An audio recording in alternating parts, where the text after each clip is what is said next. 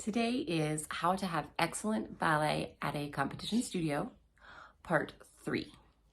So part 1 was for the most influential person at your studio. Part 2 focused on things that the ballet teacher specifically can do.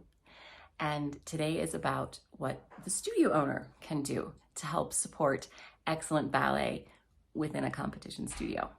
But the first thing we need to acknowledge is that there's just a whole lot of potential for hurt feelings here. And nobody meant to do it on purpose. We all just were kind of like defending what we loved. But there's some serious animosity there. We got to kind of breathe through this.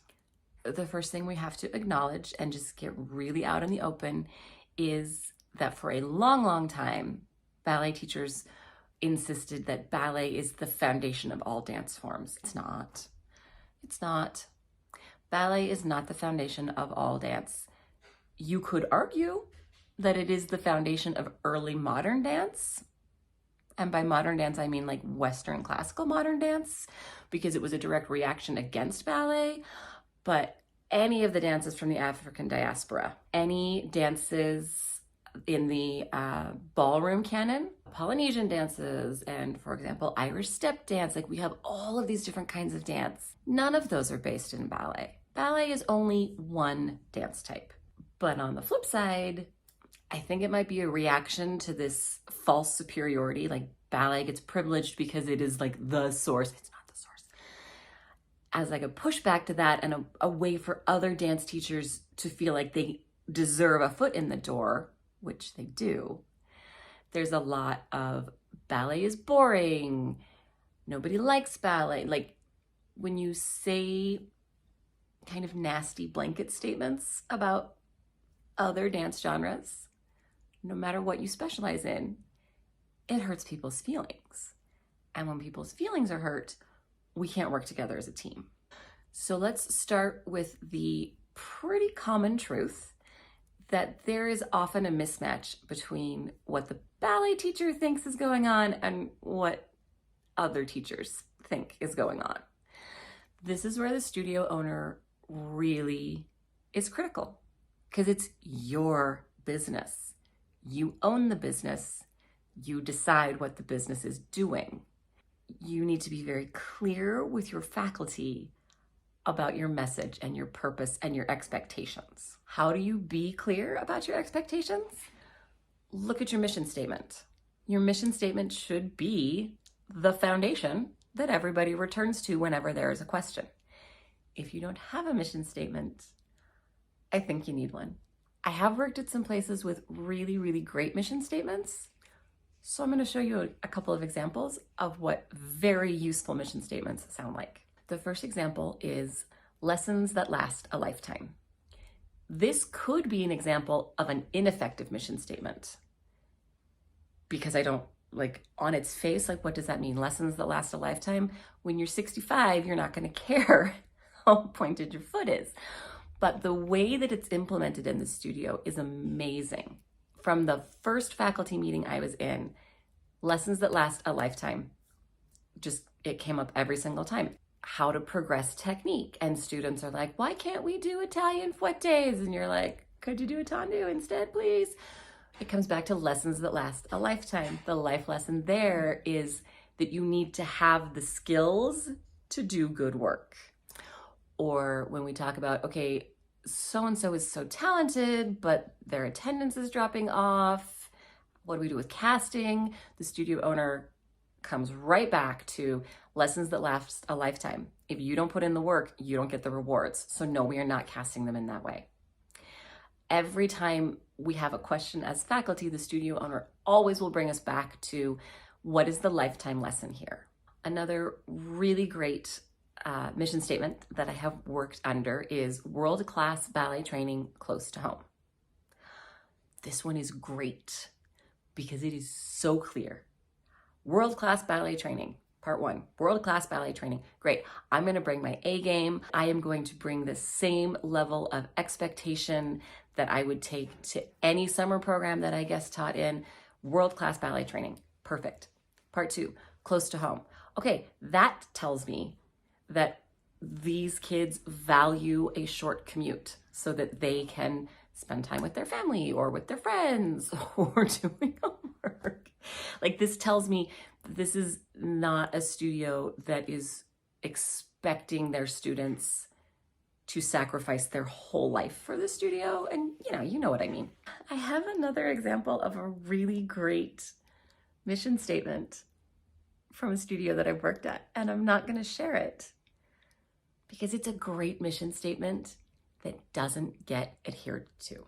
If it's important enough to put in your mission statement, it should be important enough for you to follow through with consequences. So if you don't have a mission statement, I think you should get one because it's so helpful when we can refer back to that as our foundation. And if you do have a mission statement, are you living up to it? Because if you're not, we still don't have good direction as teachers. And when we don't have good direction, it's harder to collaborate. My friend Nikki, who is amazing, taught me this really great exercise for helping determine what your values are. And it starts by listing out all the things you're unhappy about. So I really suggest that as the studio owner, you make a list of all the things that you don't like or were disappointed about or even hate about ballet, and get petty. Get so petty, because you will get more clarity the more honest you are with yourself. So I've made a couple of examples. I don't hate ballet, so this was kind of hard for me. But for example, one of the things I've heard a lot is ballet is boring.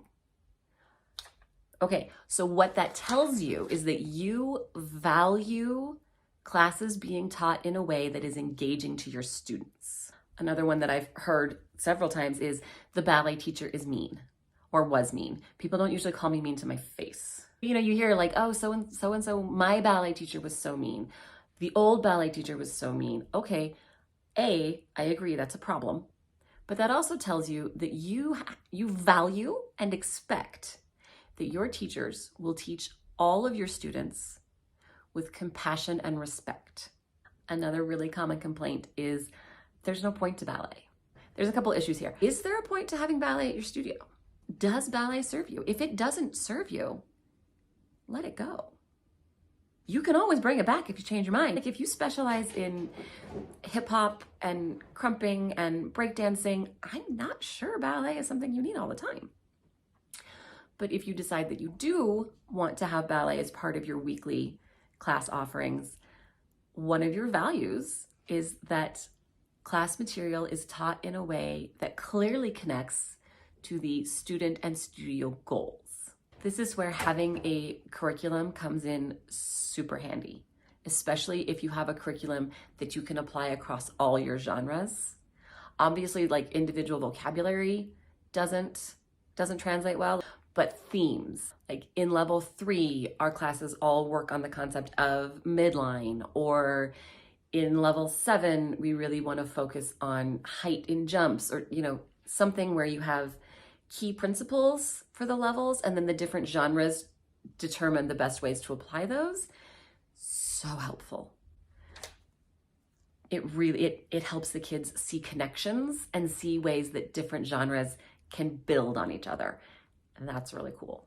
The great thing about taking something that you don't like and turning it into this is my value, is that values don't criticize anybody. Values are not critical of people. Values are not critical of dance genres. They only tell you what you value. You've created your mission statement that accurately reflects your values as the business owner. You've gotten all of your pettiness out about ballet. It can be true, it can be untrue, it can be like you hate me personally, whatever. Be honest with yourself. And then you've turned those into value statements. So you've got your honest mission statement, you've got your value statements. This is great. The next thing that will really help is if you are honest with your ballet teacher about what you want from the ballet program this year. And you should want one thing, one goal. And the reason that I'm really, really clear on one is because your ballet teacher is going to need to make some exceptions and some adjustments along the way. The fact that you are not a ballet studio automatically places ballet in a less privileged position, and that's okay. That is okay. Your students did not come to you for the ballet. They came to you for whatever it is you specialize in, and that should be your specialty. But because ballet is not the specialty, ballet has to adapt. Ballet sometimes gets cut the week before a big competition. Like, we hate it. We hate it so much. And it happens. If it happens more than like once a year, I'm going to suggest you have a scheduling issue, or perhaps an inaccurate perception of how long it takes to prep for your goals. Because we already are going to need to accommodate at some point along the line, we can't process that many demands. So what is the one thing you want from your ballet program this year? Sometimes it's feet. We need better feet. I can do that for you. Sometimes it's flexibility. I can help you with that. There are other ways I think are better, like an actual stretching class, but that's okay. We'll work on, flexibility is something you want from the ballet program. I can help you with that. Sometimes studio owners will come to me and say, our kids are lost as can be at conventions because they don't understand the vocabulary. Okay, we need to focus on vocabulary this year and get them a broader base that they're working from. I can do that. I can't do all of those things in 1 year, but let's pick one, and I can do that for sure. The theme of this entire video is clear communication from the owner. There is one nitty-gritty detail that we need to talk about, and that is, do you value technique or do you value vocabulary? And I know which one I value the most, and my friends also value it the most. That only means that I'm hanging out with people who think the way I do. That doesn't necessarily mean that it's the best choice. But if you value technique more than vocabulary, you're not going to learn as many steps as quickly. What you do is going to be super refined. If you value vocabulary over technique, the performance, the execution will not be as exquisite, but you'll know more steps. In my experience, most ballet teachers prefer to focus on technique. If that's not what you value, or if that's not what you value this year, just be upfront about it. Clarity. Clarity, clarity, clarity. It can be really overwhelming to think about, how am I going to give clarity to my ballet teacher? It's probably not your area of expertise. In general, most competition studio owners don't have a ton of expertise in ballet, and so it can feel intimidating. If you need a little bit of backup as you create these clear guidelines for your ballet teacher, you are welcome to get in contact with me. I really believe that all competition studios can have excellent ballet when all of the different puzzle pieces work well together. And if you are having a disconnect somewhere, I would love to do what I can to help you with that. But also a curriculum. A curriculum is so helpful because someone has designed the progression for you. And then you hand that to your ballet teacher and you say, this is what we follow. I do think curriculum is worth its weight in gold. It is a huge investment. It simplifies communications with your teachers. It simplifies communications with your parents. It simplifies communications with your dancers. You don't need to be overwhelmed. There are resources that have your back. I have created a curriculum. I've spent over 25 years teaching in both ballet and competition studios, and I've applied my curriculum in both with excellent, excellent results. If you would like more information about the curriculum that I've designed, you can find that on my website, geekyballerina.com. Also on my website, you can sign up for my newsletter. It comes out once a month. I always talk about a technique tip, an element of artistry, and I share resources that support those. You also are welcome to just, send your ballet director over and be like, sign up for this newsletter. Tell me what you think about it. I am so excited for your studio to be successful. And as always, I hope you have really great classes.